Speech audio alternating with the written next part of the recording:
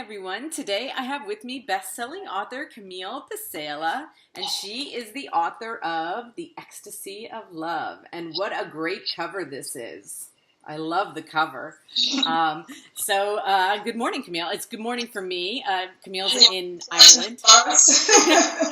She's in Ireland, so it's the afternoon for you. But thank you so much for coming on and talking about your book with me. Thank you very much. My pleasure. Yeah, and I saw that you are in the middle of a second book, right? Yes, I'm writing a trilogy at the moment. It's a historical drama. I'm on my second book at the moment. I'm getting there slowly but surely. That's awesome. I have to tell you that I became so attached to Brianna in this book. Right. I really, and I have to ask you, like, I don't want to give, I don't like giving a lot away, but the part that I loved the most was how you were able to exactly tell me what she was wearing. Like, I loved her outfits because you had the name brand, you had, like, and I was like, have you worked in fashion? Like, how did you know how to do that?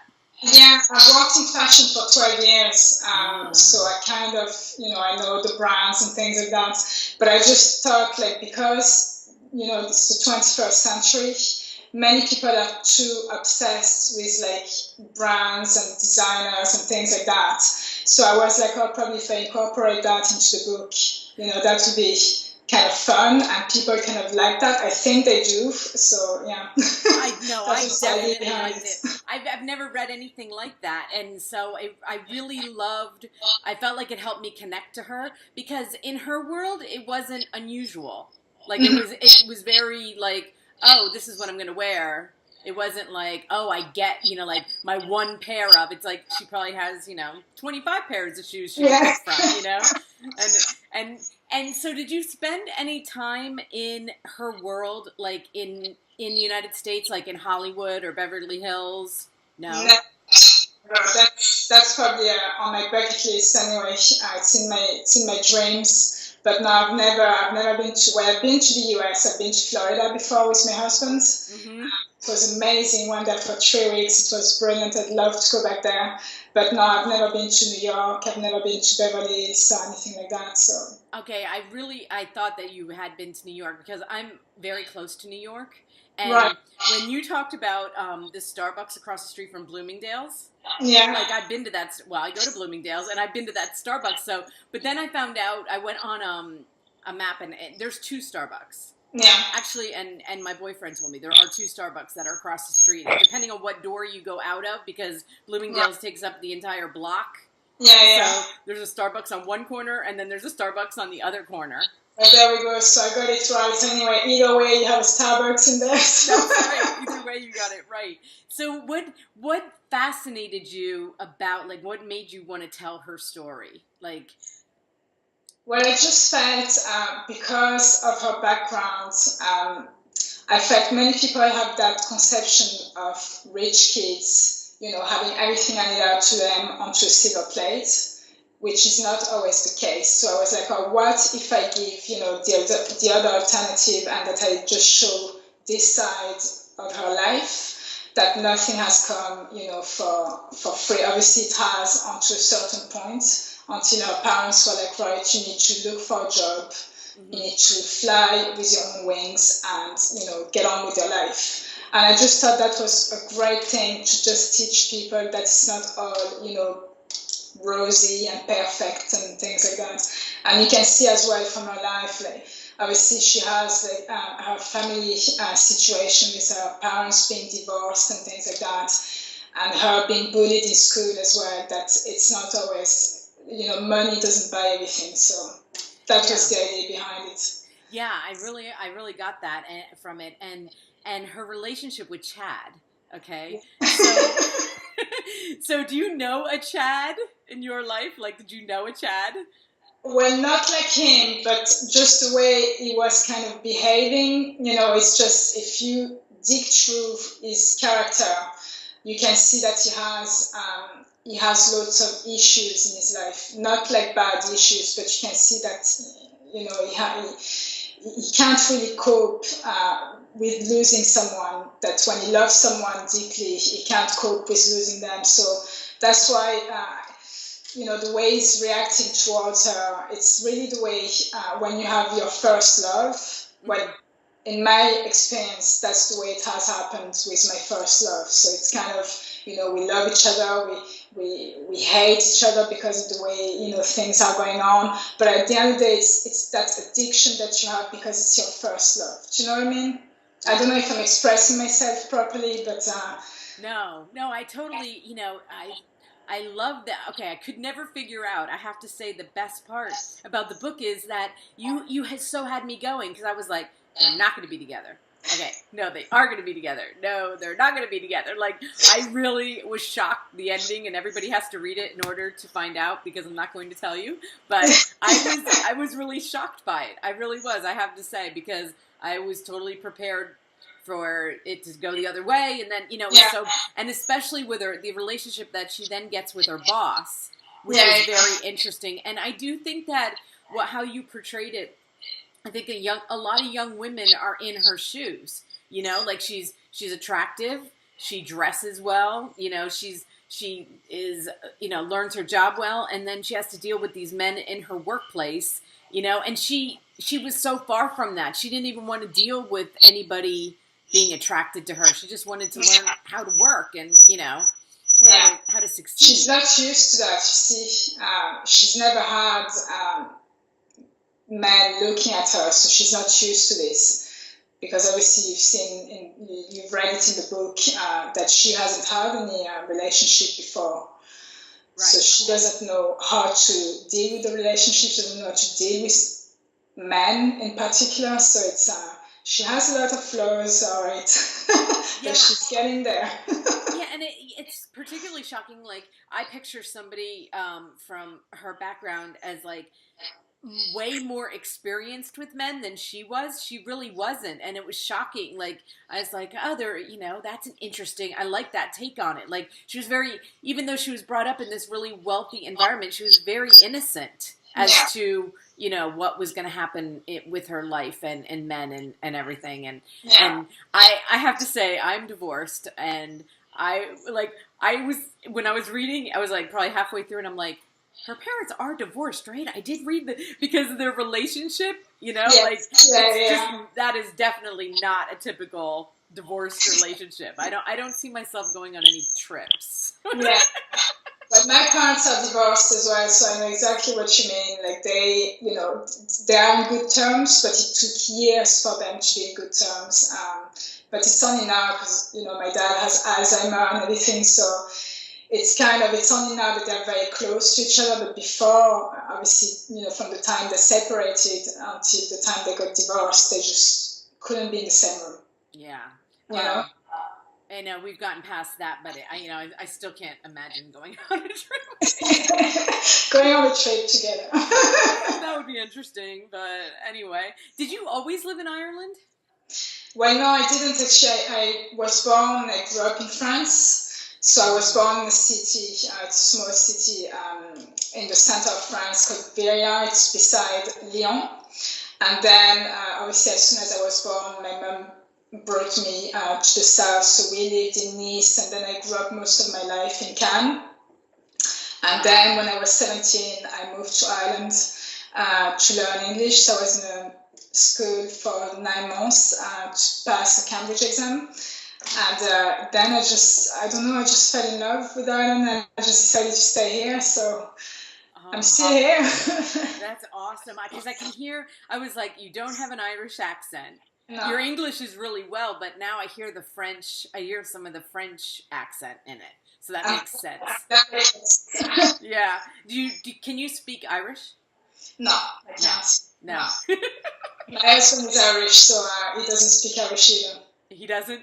No. I think it's not many people who can, you learn Irish when you're in school, but not many of them just, keep on speaking Irish. So I don't know, it's a bit like France, we learn Latin and we don't really speak Latin because you don't really use it. You only use it when you have to check out a word or whatever. But yeah, unfortunately we don't, but hopefully my son will. You never know. You never know. you know what? I'm a homeschooling mom. I have 6 children, and I homeschooled them at Oh, wow. different times. And I actually taught them Latin for a while because just for to understand other languages. Before I introduced other languages, I would use Latin to understand other European language, whatever they decided to take. So, and they all took different languages, so it didn't matter. My one son took French though. He loved it. Oh, wow, yeah. He did. Yeah, he did. Yeah, and here it's not. Everybody always says like here they want to speak Spanish because it's our second. If you want to say we have a second language, it would be Spanish. But they were like, "What are you going to do? Go to France?" And he was like, "Maybe." Like, you never know. You never know. You never know. I have to say, when you're in the country, though, you learn much quicker and you kind of grasp the language much better than if you're in your own country. Because obviously, when you get out of the classroom, you don't really speak, either English or Italian or Spanish or whatever. So. Yeah, and it's amazing to me that you learned English older because your English is really good. Like it's, Right. Thank you. Thanks. Yeah, it is. I hope to think that my English is good. I don't know. No, it is. It's really good. Trust me. So, okay. So, did you know you always wanted to be a writer? Well, I've done literature back in school, and I've done it for many, many years. I think I started when I was like 10 years old up to 18. And I didn't really think I would be a writer. I did write a few stories when I was 7 years old, but, they were silly stories, but haunted houses and stuff like that. I liked everything that was horror movies and stuff like this. So anyway, I never thought I'd go through that path. But funny enough, when I had my son was 6 months old, I was like, right, I'm going to probably get back into writing because that's what I used to do in school. So why not, try to see, can I come up with a story or whatever? And I was playing around on my laptop. And then the next thing I was like writing around like 150 pages. And I was like, right, I probably have a story. So I just kept on going and that's how it came. But no, I didn't wake up one morning and say, I'm going to become a writer. It's just, I think it was in me. And I think I didn't have enough confidence to do it. Yeah. And so when you go about doing, I always like to ask authors, like, so you have this story in your head. Did you outline it or did you just sit down and just start writing the story? Like, did you know exactly what you wanted it to be like? Well, for this one, I didn't really know where it would lead me. I didn't know the story plot exactly. I just played around and see, what I wanted to write, basically. But yeah, I was on my laptop. I didn't write anything down. I just wrote down probably the character's name and things like that. And then the story kind of grew organically into my head. But like if I compare with the second book now, the second book, obviously I have loads of research to do, even though I had done history in the past, especially, during World War II, I kind of, I know the dates, I know the story behind it. But I have lots of research, so I have to write down pretty much everything, I need to know in order to get my story right. But yeah, the story just grew organically, and then when, you keep on reading it, and you're like, oh yeah, something is getting there, and then you can move on to the next chapter, and then you have the second plot coming up, or the third plot, or whatever. So it depends on your imagination, I think, and it depends on where you want the story to lead. Yeah, I've heard both ways. Like they always say that every rule can be broken with writing, because a lot of people are like, oh, you have to use an outline. And then others are like, nope, I just sit down and write the story and, it just pours out of me. And what I loved that you did at the end was you told it from then Chad's perspective. Yeah. Like what he was going through. I love that. Thank you. Thanks, Amelia. Yeah, I just thought it would be great for readers to know exactly where he was coming from, so that they kind of know, he's not like that complete, crazy person who just like reacts for no reason. He doesn't react for no reason. There is a reason why he was like that. Right. So I just said I'll put that out there so that people can see his side, so that you don't have one side of it. Right, because when you're writing a book in first person like this, you don't get anybody else's perspective but hers. Yeah. Exactly, and then you just don't know you only have, I always say there are two sides to a story. So there you go, you've got the two sides in there. of the story. So I just thought it would be, it wouldn't be fair on me to not give him a platform, basically, Especially because of how the book ended. Yeah. Like, because of the ending, I was like, oh, this is awesome, because now I can see why it ended the way it did, not that it just like ends and you're like, well, what happened? Like then you know from his perspective, like exactly what happened, and you did, I thought you did a great job of showing him as, I'd get mad at him, but then I'd also see his point, like as mad as I would get, and then he'd show up and I'd be like, oh, he does love her. Okay, she should be with him, Yeah. No, it does, like you get kind of attached to them, after like going through a few pages, you kind of get attached to the characters. Like I love Brianna and I love Chad as well. I think they're great characters, I have to say. Like, not because it's a book, but because, I think like they really empowered the 21st century. That it's really what's happening with, young people nowadays. So yes. Yeah, I like seeing a guy that can, express the way Chad can, I like that, the idea of that. I think it's awesome. Yeah. So you had to do a lot of research for this next book. So it's going to take, like, how long did this take you to write? Well, the first one took me 9 months, but obviously it took 20 months to see it created as a book that you had in your hands there. Because obviously you have to get your editor, you have to get people behind you who will help you out and stuff like this. So it took 20 months. The second one at the moment, I've been writing it for a year. So I'd say probably by next year it will be all published, because it's 3 books, so it's taking much longer for me to just write it. But so you're going to just release them as all at once? Together. Yeah, so the 3 of them are together out there next year, I'd say. If not next year, at the end of this year, but I wouldn't count on it. I'd say probably next year. Right. Now this is self-published, right? Yes. Yes. So you went in, and I mean, look at this cover, just so people can see this cover. Yeah. How did you have to hire somebody to make this cover for you then? A designer? Amazing person. Her name is Carla. She's amazing, and she made the cover for me. So I just fell in love with the cover straight away. Yeah, and I mean, that is exactly. It was awesome that you put a picture of her, because then I could picture her in my head, while she's beautiful, But the covers, why I even question it is because I read a lot of self-published books, but this cover is so well done, the texture and everything, that I did not know for a fact. I was like, I'm pretty sure I read that, that when I looked that it was self-published. But I think it's getting. What do you think of the world of self-publishing? I think that it's really. Did it feel empowering doing it on your own? Yeah, well, you're in charge of everything, so it's much easier than if you went to the traditional publisher.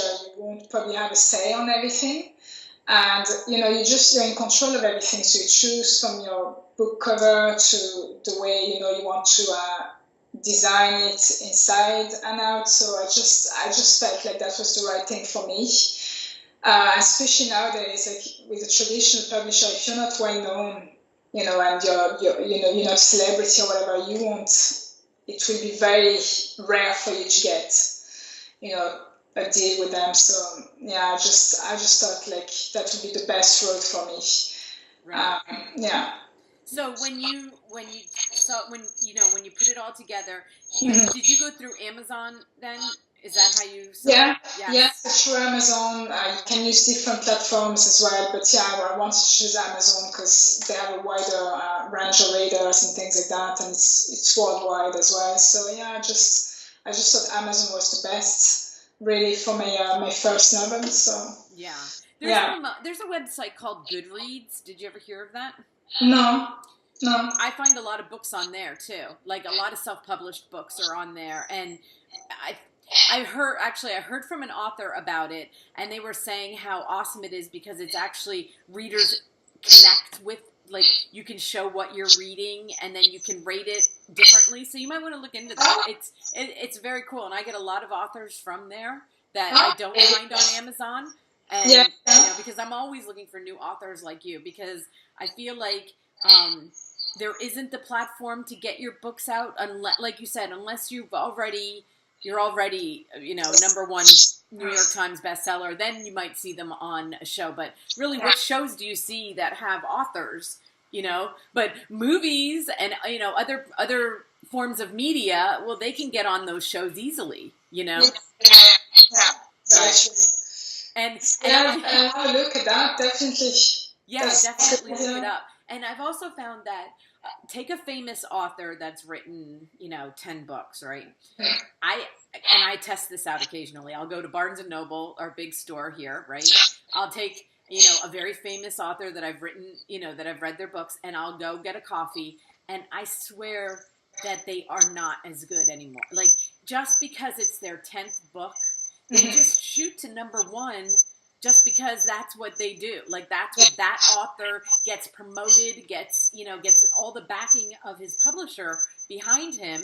And, you know, before you even know it, his book is #1. And I'm like, I haven't even heard of it. I go to read it. I'm not even interested. I'm not, you know, and I find authors like you all the time. And I'm like, well, you know, their books are not out there. And it's because they don't have the money backing them up to get them into the bookstores, you know, and I just felt like I wanted to give a voice to, you know, to those authors. And I speak to published authors too. It's not that I don't, but I just love when I found your book. I was like, I love when I find a self-published that I really, really enjoyed, and then I get to share it with everybody, you know? Yeah, well, thank you so much, because if we didn't have someone like you, you know, would kind of give us a chance as well at interviews and things like that, we wouldn't probably have a voice either. So thank you so much for that, you know? Oh, sure. But yeah, definitely look into Goodreads, because you can put a little author blurb. It's a good way for self-published authors to get in there. And Goodreads. Sorry, I thought you were saying about something. No, I am. My book is on Goodreads as well, and Barnes and Noble as well, their website, and Inventory as well, book Depository and Inventory as well. There are a few platforms the book is on. Sorry. Oh, okay. I tried talking to you. No, that's okay. Because I really wanted you to, you know, get on there, because it is. So do you, when you self-publish it and you get it all together, like, and Amazon does their own, but when you said you got on Barnes and Noble and those, like, you're doing that yourself, right? You're putting it, so it's work, right? Yeah, it's working. Yeah, so it's great. Like, it's great platform as well, just to get on there. I mean, Barnes and Noble, it's like the best of the best, isn't it? So I was delighted when my book was in there. But yeah. Oh, so did you, like, request it? Like, do you just send it to a Barnes and Noble, like, their website, and then they decide whether it gets to be put on there or not? They decide that, but I think Amazon as well kind of target your book, because I have, you know, you can ask for different how do you call it? Like you know, bookstores to get the book on their website or whatever, so they kind of help you out as well to do that. So it's that's why Amazon is the best, really, because you just get your book published and there you go. It's pretty much everywhere. So yeah, and I always love, like, talking to you guys too, because there are people out there that want to write a book and they're like, I can't do it, and then I show them people like you, and you're like, I did do it, and I did it by myself, and I'm on Amazon and other platforms and Barnes and Noble, and, you know, and I have a book that looks this good. So it's very inspiring. You know, you inspire young authors who don't know if they, maybe older ones too, who don't know if they can actually do it, because you just did it, you know. Well, if I can do it, they can do it as well. So anyone can do it if you have the will, and you know, you're happy to spend hours and months and days working on that. Then, you know, you anyone can do it. Where can people find you? Do you have I know you have a Facebook. Do you have your own website?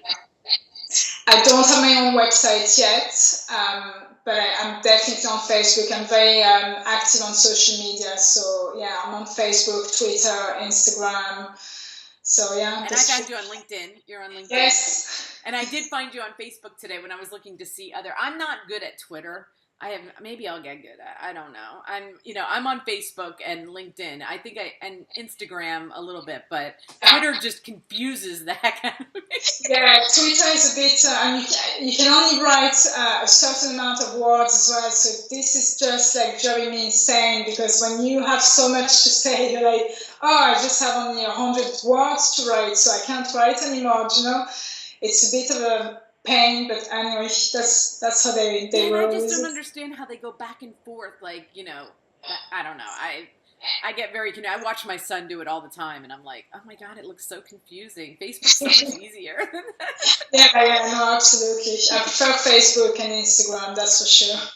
Well, I will be posting this on all my social media, and I will get you a copy, and you can post it on your social media, and we can get this, we can get this book out there, and I can't wait. I hope you let us know on Facebook and everything when your next books come out, because I will be reading them.